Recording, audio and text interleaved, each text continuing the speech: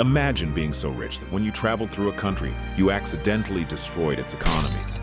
Imagine giving away so much gold that the price of gold across 3 continents collapsed for 20 years. Imagine being so wealthy that historians today cannot even calculate your net worth. This man existed. His name was Mansa Musa, and he was the richest human being who has ever lived. The year is 1312. In the heart of West Africa, a new emperor takes the throne of the Mali Empire. His name is Musa Keita, but history would remember him as Mansa Musa, meaning King of Kings. The Mali Empire he inherited was already one of the largest in the world, stretching from the Atlantic coast of modern Senegal all the way to the city of Timbuktu in the east.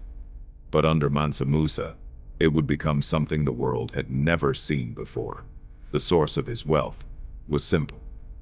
Mali sat on top of the largest gold and salt deposits in the known world.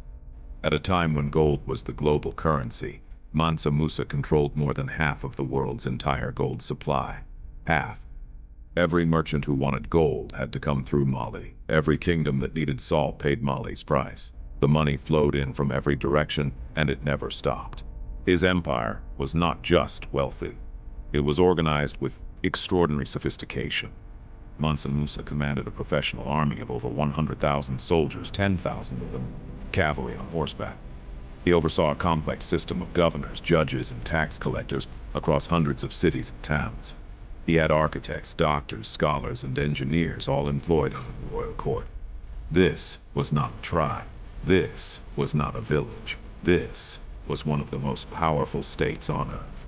In 1324, Mansa Musa decided to make the Hajj, the Islamic pilgrimage to Mecca. But this was no ordinary journey. He assembled a caravan of 60,000 people. 60,000. This personal entourage included 12,000 servants, each dressed in Persian silk and carrying a golden staff. 500 of those servants walked directly ahead of him, each one carrying a staff of solid gold weighing nearly 3 kilograms. 80 camels carried his luggage. Each camel was loaded with over 130 kilograms of gold dust. This was not a pilgrimage. This was the greatest display of wealth the medieval world had ever witnessed. Arab historians were stunned. Al-Umari, an Egyptian scholar writing 12 years after Mansa Musa passed through Cairo, said the locals were still talking about it. Still talking about the African king who arrived with so much gold. He broke their economy, did not even notice. Word spread across the Mediterranean, to Spain, to Italy, to the royal ports of Europe. For the first time, the entire world was forced to pay attention to Africa. When Mansa Musa returned from Mecca, he brought something more valuable than gold.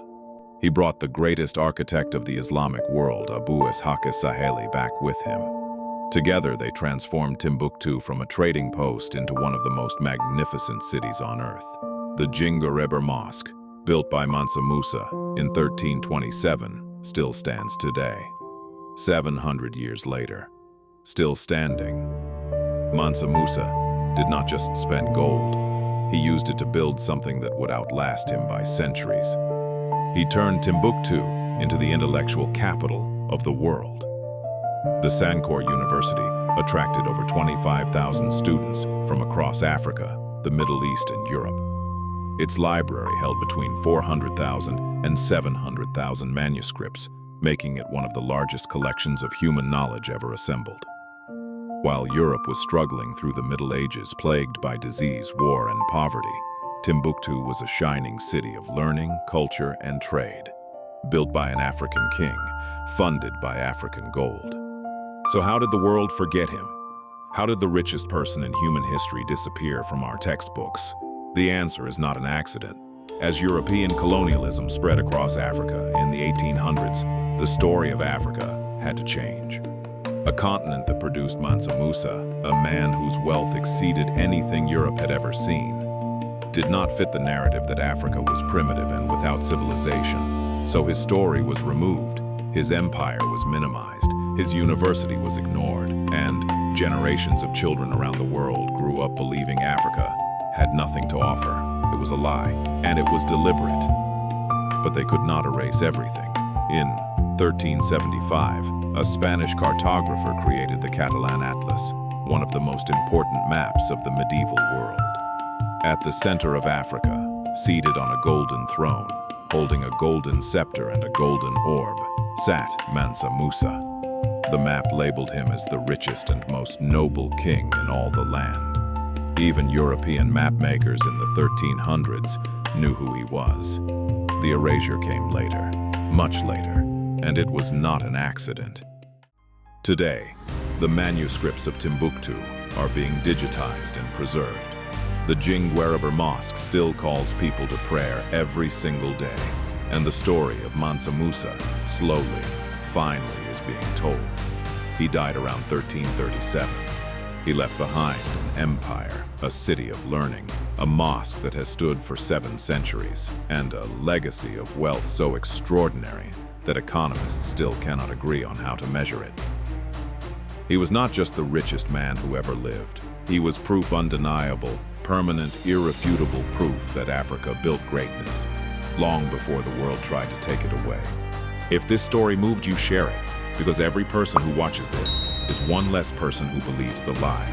Subscribe to Africa Untold. New stories every week. The history they never taught you starts here.